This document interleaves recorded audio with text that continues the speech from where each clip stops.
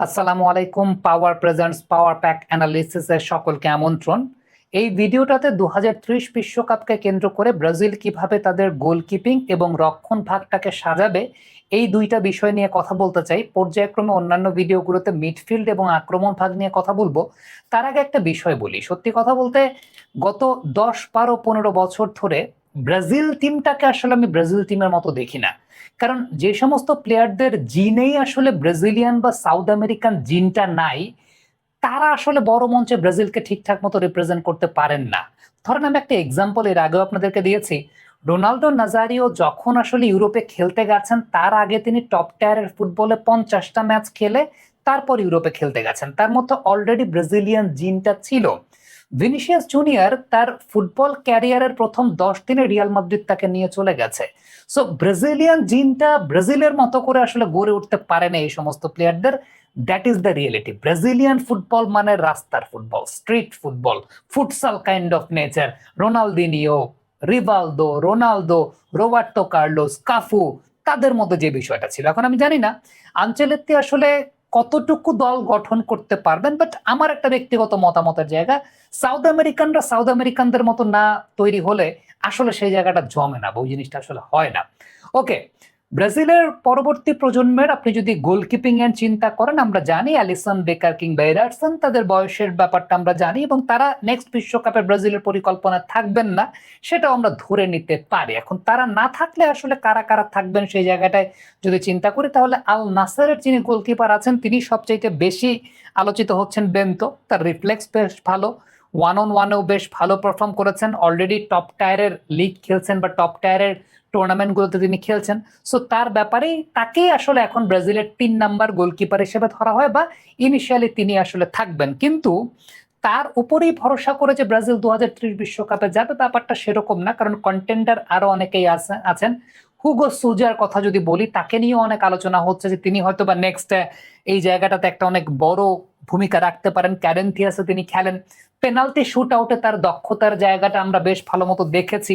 আপনি যদি আসলে লক্ষ্য করে দেখেন ওই জায়গাটা, তো রিসার্চও করতে যান, সেই জায়গায় একটা বিষয় দেখবেন। তবে ব্রাজিলের আমি যদি বলি লং টার্ম গোলকিপার হিসাবে আরো দুজনকে চিন্তা করা হচ্ছে। একজন তো মাইকেল, তিনি আছেন, তাকে আমরা খুব রিসেন্টলি দেখেছিলাম, যেটা আন্ডার 23 সাউথ আমেরিকান চ্যাম্পিয়নশিপ, সেইখানে ব্রাজিলের প্রতিনিধিত্ব তিনি করেছেন এবং সেখানে বেশ ভালো গোলকিপিং তিনি করেছেন। বল ডিস্ট্রিবিউশন, ফুটওয়ার্ক, সবকিছু মিলিয়ে তাকে সেই জায়গাটাতে দেখা গেছে যে বেশ ভালো পারফরমেন্স তিনি করেছেন। তবে আরেকজন গোলকিপার আছেন ইয়াং মরিয়াস, 6 ফিট 7 ইঞ্চি উচ্চতা, 6 ফিট 7 ইঞ্চি উচ্চতা।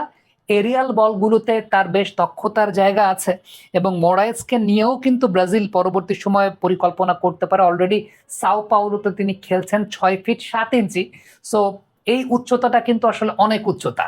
এই উচ্চতার একটা অ্যাডভান্টেজের জায়গাটাও আছে এবং ব্রাজিলে এখন গোলকিপারদের নাম যাদের উচ্চারিত হচ্ছে, যেহেতু ওই যে বললাম ব্রাজিলিয়ান জিনের কথা একটা আমি বলি, সাও পাওলোতে খেলছেন, 6 ফিট 7 ইঞ্চি তার উচ্চতার জায়গা রয়েছে, তাকে হয়তোবা কার্লো আনচেলত্তি দেখতে পারেন সামনে।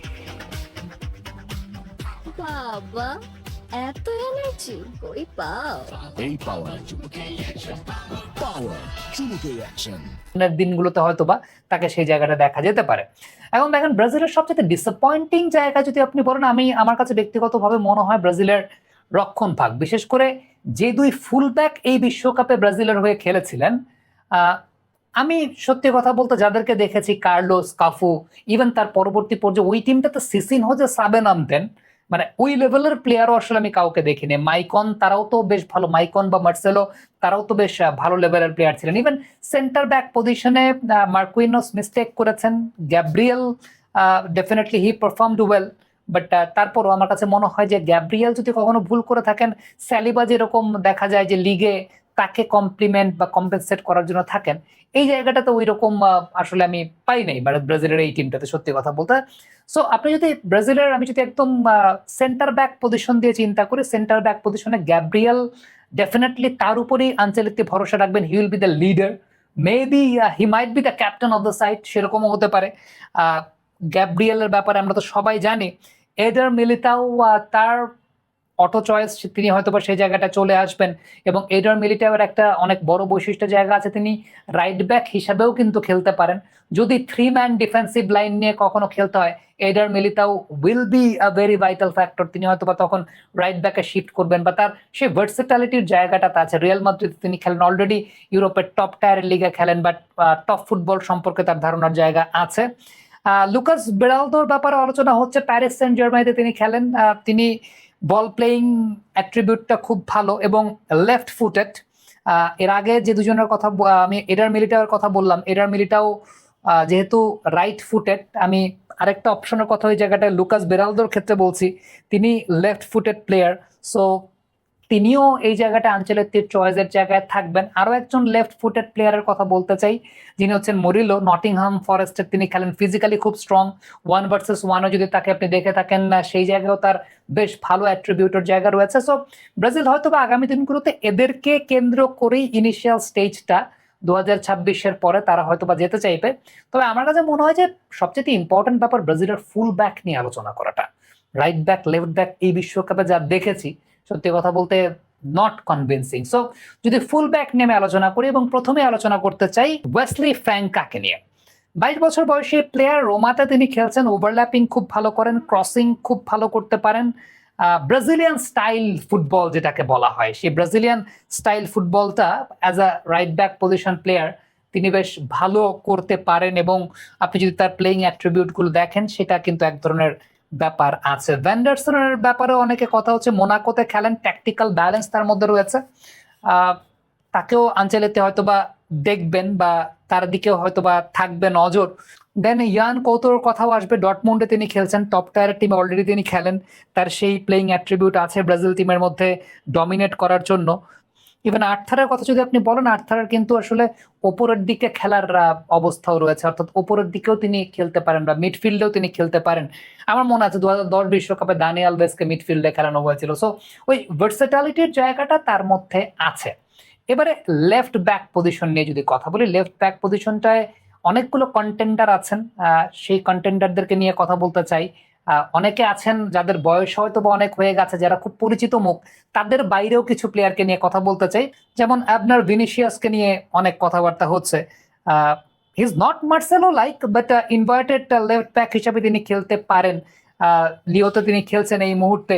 এরকমও শোনা যায় যে রিয়াল মাদ্রিদের রাডারেও নাকি তিনি আছেন। আই এম নট শিওর যে রিয়াল মাদ্রিদের রাডারে তিনি আছেন কিনা, বাট তার প্লেইং অ্যাট্রিবিউট ভালো, তিনি ব্রাজিলের হয়ে খেলতে পারবেন, বা তার সেই খেলার অপরচুনিটির জায়গাটা আছে।